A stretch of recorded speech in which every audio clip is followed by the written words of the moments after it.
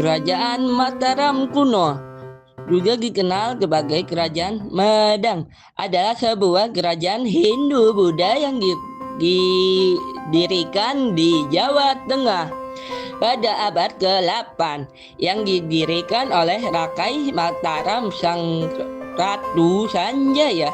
Pada abad ke-10, kerajaan ini pindah ke Jawa Timur. Kerajaan Mataram kuno mencapai puncak kejayaannya pada abad ke-9 dan ke-10 dan meninggalkan banyak peninggalan sejarah yang masih dapat dilihat hingga saat ini. Let's learn about Mataram Dynasty. Raja-raja Kerajaan Mataram. 1. Rakai Mataram Sanjaya. Dari abad 732 sampai 760 Masehi. Yang kedua adalah Sri Maharaja Rakai Garung atau Samara Rungga. Dari abad ke 820 sampai 840 Masehi. Yang ketiga adalah Sri Maharaja Rakai Panangkaran dari abad 760 sampai 780 Masehi. Keempat adalah Sri Maharaja Rakai Warak atau Indra atau Yailendra dari abad 800 sampai 820 Masehi. Yang kelima adalah Sri Maharaja Rakai Panunggalan atau Dharma Tungga dari abad 780 sampai 800 Masehi. Yang keenam adalah Raja Sumba Diyah Wawa Adara dari abad 924 Masehi. Sumber sejarah. Beberapa prasasti yang berkaitan dengan kerajaan Mataram kuno yaitu sebagai berikut. Yang pertama, prasasti Canggal yang menceritakan tentang pendirian Lingga atau Jambang Suwa di desa Kunjara Kunja oleh Sanjaya.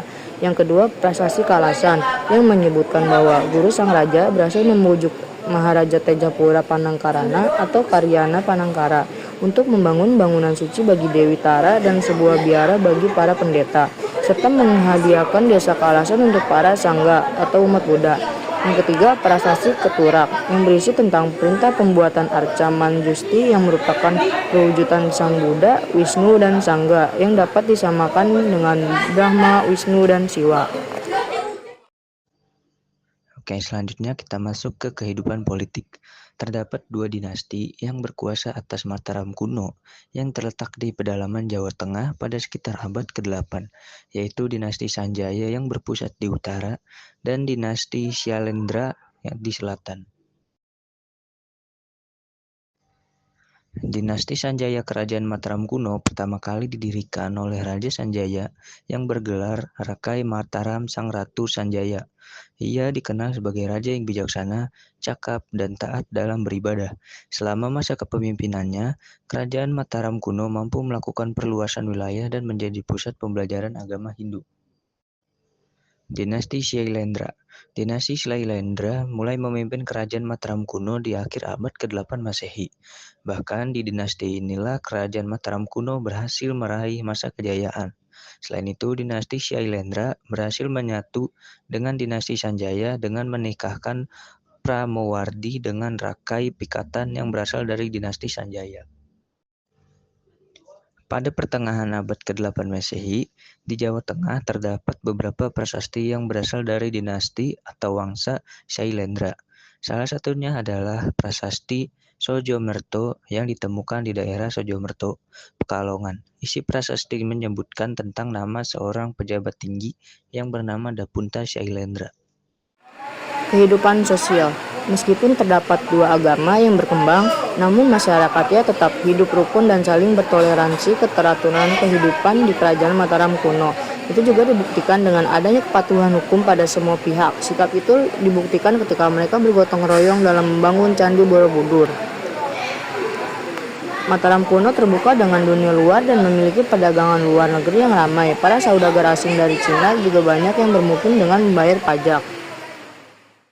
Selanjutnya ada kehidupan ekonomi. Berbagai kehidupan ekonomi dalam kerajaan Mataram kuno. Yang pertama, bergantung pada sektor pertanian. Dalam perekonomian kerajaan ini, sektor pertanian memegang peranan utama. Mata pencaharian utama penduduk adalah sebagai petani, dengan hasil pertanian yang melimpah seperti padi, palawija, dan rempah-rempah. Yang kedua ada hubungan dagang dengan kerajaan sekitar. Kerajaan Mataram kuno menjalin hubungan dagang yang erat dengan kerajaan-kerajaan tetangga. Hal ini memperkaya aktivitas ekonomi mereka melalui perdagangan hasil bumi dan berbagai komoditi olahan. Selanjutnya ada kehidupan budaya. Hal itu dibuktikan dengan banyaknya peninggalan berupa prasasti dan candi yang bisa disaksikan hingga sekarang. Jumlah prasasti peninggalan kerajaan Mataram kuno sangat banyak, mungkin bisa mencapai ratusan. Begitu pula dengan candi-candi peninggalan kerajaan Mataram kuno yang masih berdiri megah hingga saat ini. Contohnya, yang pertama ada Candi Hidu, yaitu Candi Bima, Candi Arjuna, Candi Nakula, Candi Prambanan, Candi Sambisari, Candi Ratu Boko, dan Candi Barong. Yang kedua ada Candi Buddha, yaitu Candi Borobudur, Candi Kalasan, Candi Sewu, Candi Sari, Candi Pawon, dan Candi Mendut. Masa kejayaan Kerajaan Mataram kuno. Pada abad ke-8, Kerajaan Mataram kuno mencapai masa kejayaannya. Hubungan yang terjalin dengan Kerajaan Sriwijaya memperkuat kerjasama budaya dan ekonomi. Di bawah kepemimpinan Raja Rakai Pikatan dari dinasti Sanjaya yang menikah dengan Pramawardhani dari dinasti Sailendra. Terjadi penyatuan dua kekuatan besar yang membawa stabilitas politik dan mendorong kemajuan kerajaan. Masa ini ditandai dengan pembangunan candi-candi megah seperti Borobudur, Mendut, dan Pawon. Karya arsitektur ini menjadi simbol kemajuan peradaban dan kebudayaan Mataram kuno. Hingga kini, warisan tersebut masih berdiri kokoh dan menjadi bukti kejayaan masa lampau sekaligus daya tarik bagi budaya dunia. Keruntuhan Kerajaan Mataram kuno. Keberhasilan Kerajaan Mataram kuno tidaklah bertahan lama, sebab pada tahun 1080 kerajaan ini mulai mengalami kemunduran, di mana hal ini juga didukung oleh beberapa hal, salah satunya bencana alam, berupa meletusnya gunung berapi. Karena bencana alam ini, Empu Sindok sebagai penerus Raja Sanjaya mulai memindahkan ibu kota Mataram kuno ke Jawa Timur. Selain itu, kerajaan ini juga mengubah namanya menjadi Kerajaan Medang. Akibat pemindahan kekuasaan serta pergantian nama ini, Kerajaan Mataram kuno pun resmi tiada atau runtuh.